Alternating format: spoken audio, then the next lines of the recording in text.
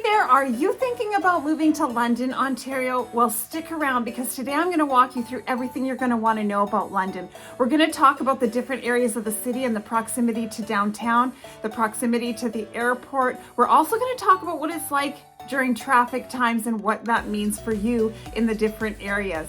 As well, if you stick around right till the end, I'm going to talk about the surrounding areas and a little bit of a market update for you, and we're going to get after it right now.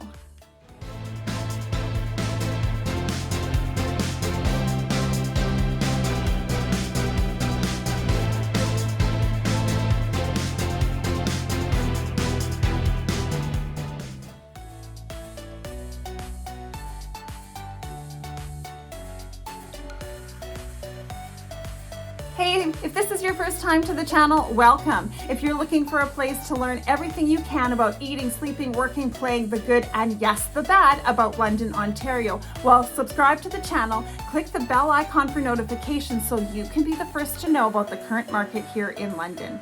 My name's Daniel Parker Smith, and I get calls and emails every day from people just like you who are looking to move in and around the London area. And as a realtor, there's nothing I love more than helping people find a new home. It doesn't matter if you're moving in 3 weeks or 3 months, give me a call, shoot me a text, send me an email, and me and my team can get you started on a smooth relocation to the London area. Well, today we're going to be talking about London. We're going to take a map tour through the city. We're going to talk a little bit about what it looks like in the different neighborhoods to downtown. We're going to talk about where the airport is, proximity to different spaces like Toronto Airport, the US, different amenities that are around here. And we're going to do that by visiting my map, and we're going to go and jump into my computer right now. Here on our screen, we see an actual map of Ontario and some of the US. So on the lower part of the screen here to the right, we see the US, we see New York, we see Vermont. Over here, we have Michigan, and down here we have Ohio. So, and New York over as well here. So we're going to just go in and just show you a little bit. This little piece right here is where we see London. So London is in the southwestern portion of Ontario. We are nestled between Lake Huron, which is right here, and Lake Erie right here. But within a short distance, we also can get to this lake, Lake Ontario. And these three lakes make it really nice for us to have a lot of variety in the different places we go. But all of these lakes are actually interlocked with different, what they call locking system, so that ships and different things can go on there, because there's a lot of ships that actually transport ships, cargo ships that go through here transporting goods between the different countries. Okay. Now, what we're going to do here is just kind of come on in, and we're going to talk a little bit about London and the proximity to different areas. As you can see, London here, we have the Toronto over here. And so this highway here, I'm going to show you, this 401 is the main highway that goes all the way up to Montreal here. So we're going to just take a little tour on this place, and we're going to go all the way up to the Quebec border. So from start to finish. For me, that I like this because I'm directionally challenged. My brother lives up here. I get on, I get off.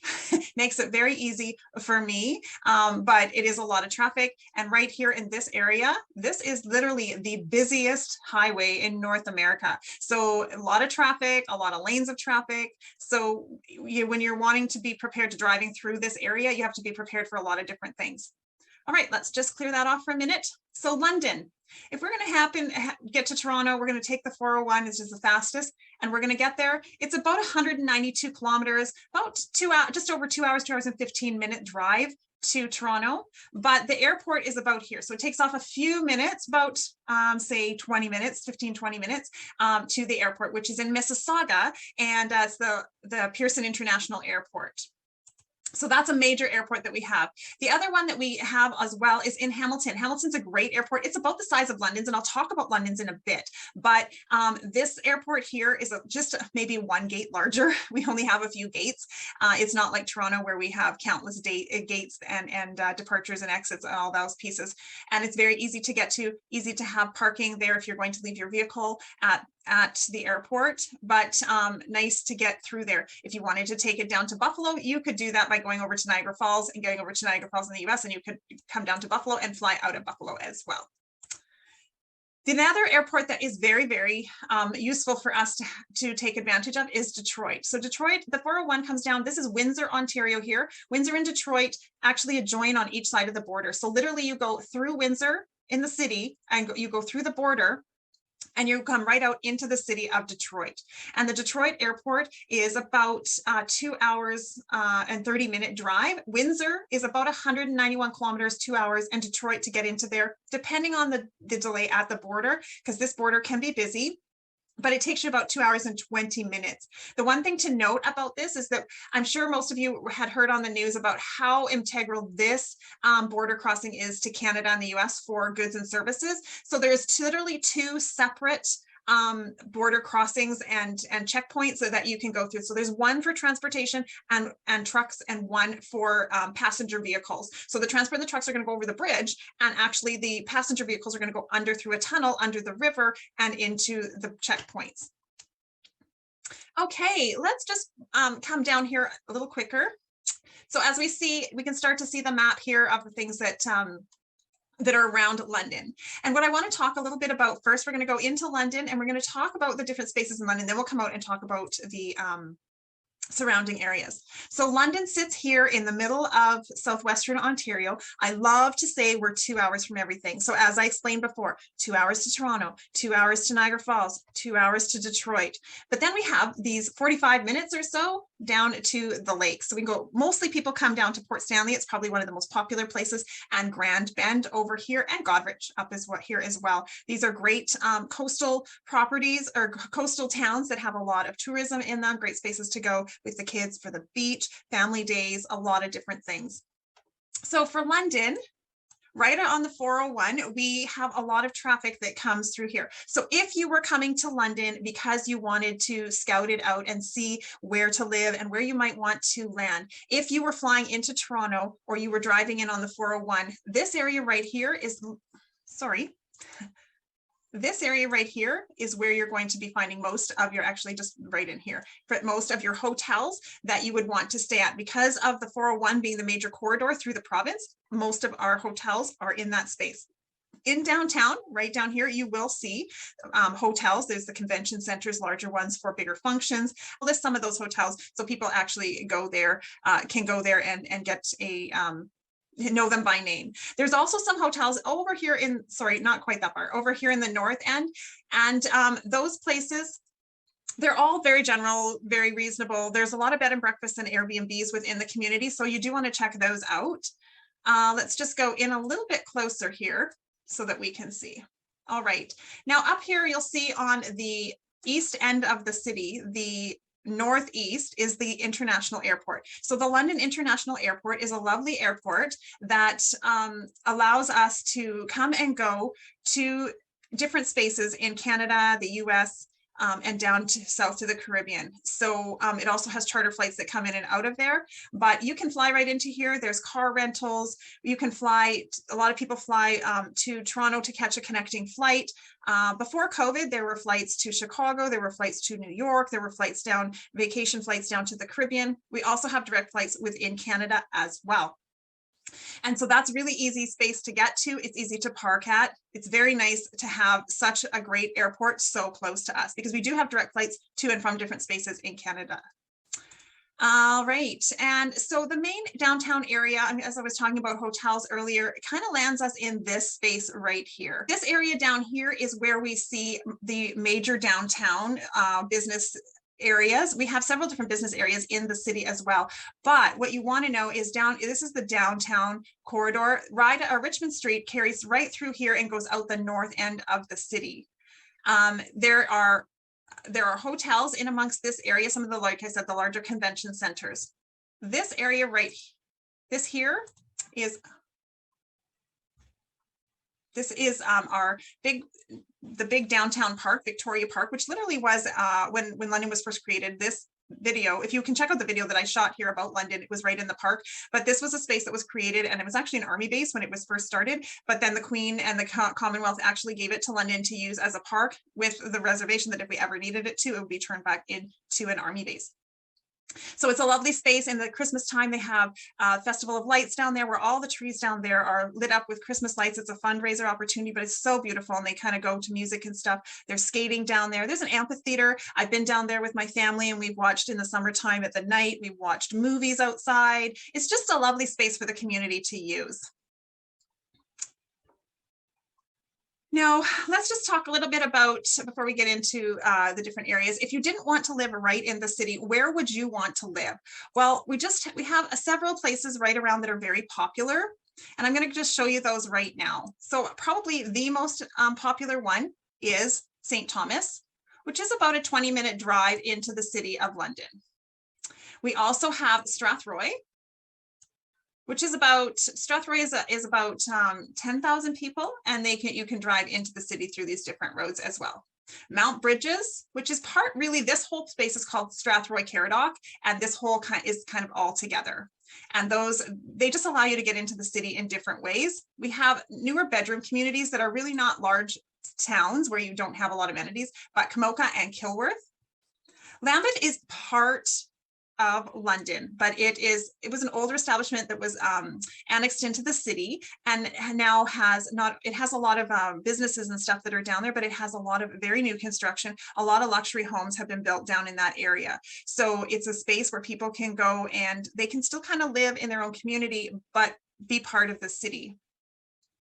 The north end of the city, I'm just going to clear this off here. When we're talking about real estate, London is literally just kind of divided up into 3 sections. So we're going to talk a little bit about that here, where we have the north end. If we're going from the north, we're going to go here and just up here.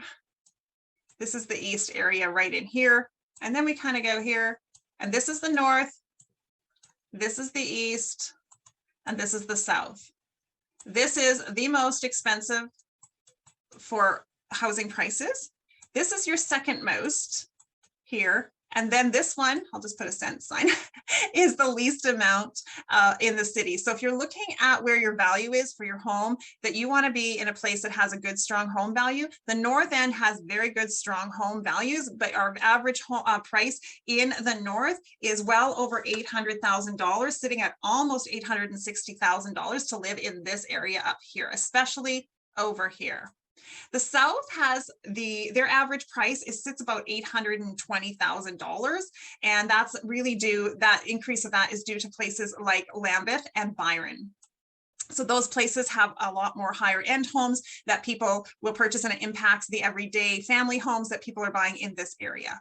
The East has a lot of newer builds as well, but it seems to have a lot of the older city that lands in here, and some of those homes a lot of first-time home buyers are buying them to refurbish them because they can afford to get into the market. This East End also has a lot of the industrial. So you're looking up here, this is all very industrial right up here, and a lot of factories in here. Actually, this right here, sorry, let's just disregard that. In this area right here is where you're going to see a lot of factories. So the Dr. Oetker pizza factory for all of North America is up here. There's a brand new factory that's going in for crickets. I think they're going to make like cricket protein powder and different things like that. There's automobile manufacturing up there for like auto parts, different things that are all along this area of the highway. Because it's so close to the 401, it's great for companies and factories to be close there for transportation and logistics purposes. When you're looking in this area right here, there are a lot of brand new builds, and these homes, actually, you're getting a lot of bang for your buck. But if you're looking to get into a newer home, you can't afford to move into the north, or you want a nice home because you need to be close to the 401,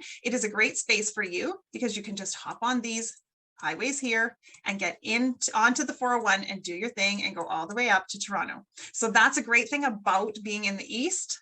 And you also, if you want to have to access the 401, you want to be around this area in here to access the 401 quickly to get on the highway. The other nice thing about being in the east, if you're needing to get there and say there's some sort of a traffic delay on the 401, which can delay people a long time, you can actually scooch up here on the Dundas and get up there and take any of these roads that connect onto the 401 and kind of route yourself around any traffic issues, hopefully. Okay, dokie. All right. Now, when we're talking about commuting in the city, depending on where you live, you will want to know where the major traffic pain points are. So we do see these yellow main arteries that run through the city, and they are ones that have, well, Richmond Street, no. Richmond Street's very downtown. It's the main thoroughway. It has a 50 and maybe a 60-kilometer speed limit on here. But when you're talking about Veterans Memorial and Highbury, they have higher speed limits on there. Veterans Memorial goes up to 80 or 90 kilometers, and Highbury actually goes up to, I think, 70 kilometers as you go through the city. And these go straight across from the south to the north of the city. But if you're bringing in and you're commuting, there's all these big avenues you can get in, and it helps you get right through to the traffic, through the traffic, and get right downtown if you're working downtown. Now, Wonderland Road is one that you will want to watch if you're coming in from the St. Thomas area. When you are in this area right here, it can be quite of a pain in the morning time, and then in the evening you get all the way through here that you can get a lot of traffic. So this is a high traffic point here, but because it's such a great artery of for traffic, things are going quite quickly, and they go smooth. People are on there for only the purposes of really going through in the morning. They're not dilly-dallying around the street. It's a great place it's a great road to catch to get to where you need to go if you need to go north-south in the city. I think some of the busier roads that we see here, if you are in the west end of the city, whether it be southwest or northwest, Oxford Street is very busy in the mornings going this way as people head up into the Richmond Street area and the business district up here that we have. So obviously the morning coming this way, going west, you're going to see more in the afternoon. Colonel Talbot and Wonderland can be another pain point. There's a lot of traffic that happens over there. We're just going to kind of locate that. So Colonel Talbot, Longwoods Road, and just where is Colonel Talbot Road right here. This is another place that people hop on when they're coming through from St. Thomas or any of the like communities in the west. Okie dokie, let's talk a little bit more about the price of houses we've talked about in London. I'm not sure if I mentioned that in the East, properties, our average home is $604,000, about $605,000. So like I said, a lot of bang for your buck if you're purchasing a new home. St. Mary's is a community that sits to the north of London, and it is a little town. It's known as called the Stone Town, and it sits right over here in the north of your screen, right up here, and it's about 10 to 12,000 people. If you want to go even further than that, because you don't mind a drive or you don't have to work in London, Stratford is another place that's it's a beautiful little city. It's very world renowned for the Stratford Shakespearean Festival, where many world renowned actors and actresses come here to work in the festivals. So they have a festival season that runs from, I think it's April in the year right through to the end of October. But this is a very nice community. There's a lot of manufacturing there for automobiles and different spaces like that. And it's very touristy town. So if you love to have that vibe of artsy and touristy, this is a space for you. And if you ever go there at Christmas time, it is so beautiful to walk down in the downtown corridor where all of the shops have the exact same decor on the outside. And there's a church down there that plays their bells with Christmas carols, and it's just so entirely epic for Christmas time, and just gives you that winter feeling. We also have Woodstock, which is right here. Woodstock and Stratford are almost the same size. Woodstock has now started to outgrow Stratford just because it's on the 401 close to Toronto, and it also has a large Toyota factory here. So the parts for the different places are made in Stratford and in London and in St. Thomas, and they're all trucked over here to the Toyota factory. As well, we have Ingersoll, which is right this little space here. It's a smaller community. It has another large manufacturing for GM, and all these communities have really seen an upgrowth because of COVID, and home prices are actually as impacted as the London area just because they're closer to Toronto, and people want to be out of the city, but as close as they possibly can be.